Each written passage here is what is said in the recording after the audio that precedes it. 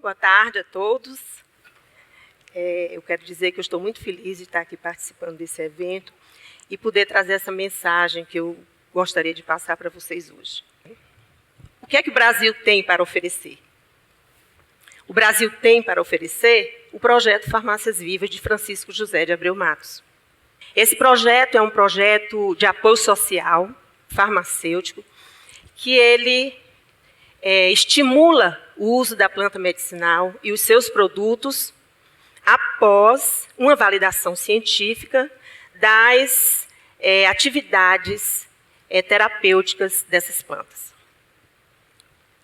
Eu costumo dizer, eu gosto de dizer isso, a farmácia viva é o casamento perfeito entre a sabedoria popular, o saber popular e o saber científico. As unidades de farmácias vivas, elas vão desde um modelo mais simples, como vocês podem contemplar aqui, onde a gente pode reciclar pneus e pode ir até um modelo mais padronizado, sofisticado. Temos aqui uma farmácia viva, o modelo 1. É uma farmácia viva simples, onde vocês veem pneus sendo utilizados, mas todas essas plantas são autenticadas, partiram do banco de germoplasma da universidade, e todas as pessoas que cuidam dessa farmácia viva foram treinadas, receberam orientação, e a pessoa que vai tomar conta, ou então que vai dispensar as plantas, também são treinadas.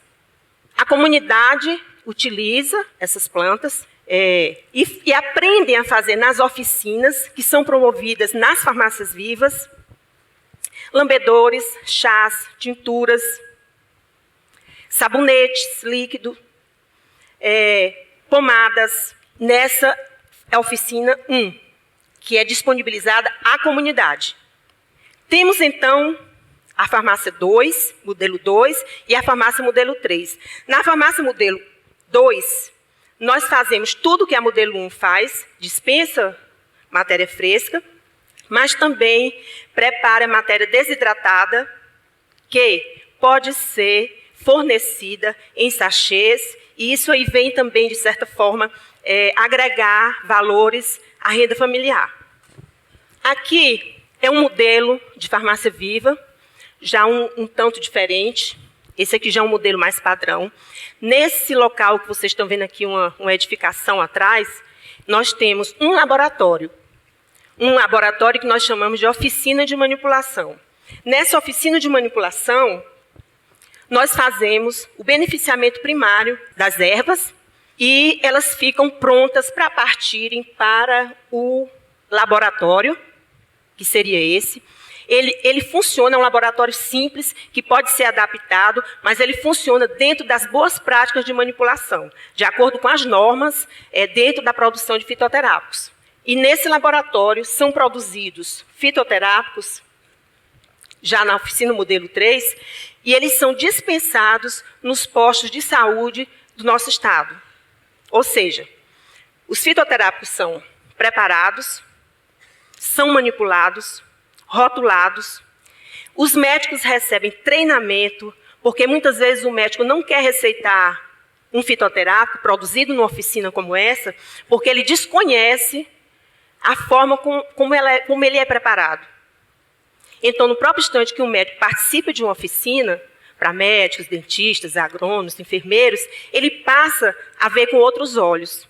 E ele prescreve esses fitoterápicos nos postos de saúde. E ainda tem mais.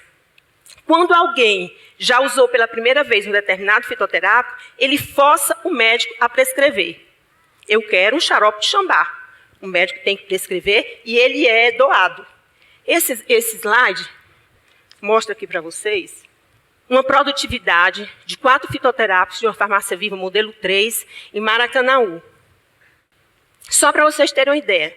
Até outubro de 2009, numa pequena oficina de manipulação, ela é capaz de produzir 4.500 frascos de xarope de chambá. Excelente anti-inflamatório e atende os problemas respiratórios. o alecrim, que é antisséptico, a pomada de Confrei, que é um excelente anti-inflamatório, e vocês podem ver aqui o uso. Quer dizer, para uma pequena farmácia de manipulação de uma unidade de um município pequeno, é uma grande produção.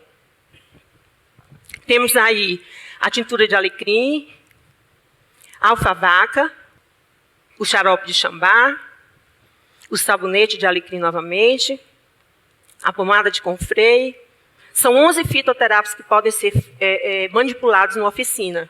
E eles estão prescritos por médicos e são produzidos nessas oficinas, e também existe um núcleo, que a gente chama Núcleo de Fitoterápicos do Estado, que ele monitora essa produção. Quer dizer, não é uma produção anormal, é uma produção que, inclusive, está dentro de uma regulamentação que está prestes a ser assinada pelo governo do Ceará.